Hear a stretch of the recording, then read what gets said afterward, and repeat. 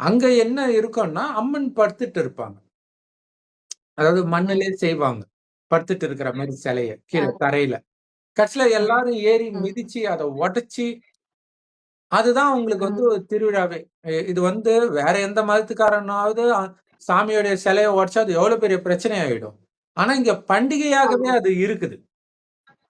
இன்னும் ம். வடநாட்டுல இன்னும் விபரீதமாகலாம் நெறைய விஷயங்கள்லாம் பண்டிகையா இருக்குது. சாமி அடிக்கிற மாரி, இந்த மாரி நெறைய விஷயங்கள்லாம் இருக்குது. அப்ப இது எதை குறிக்குது அப்டின்னா, சுடுகாட்டுல யார் இருப்பா? பொணம் தான் இருக்கும். அப்ப அங்க ஆ. உண்மையிலே அம்மன வந்து படுத்துட்டு இருக்கிற மாதிரி இருக்கிறது வந்து அம்மனுடைய டெட் பாடி தான். ஆ. ஆமா. அங்க இயேசு சிலுவையில இருக்கிறது, அதுக்கப்புறம் அவருடைய ஆ உயிர் இல்லாத சரீரம், டெட் பாடி தான் இருக்க போகுது. அப்ப ம். அவர உயிர்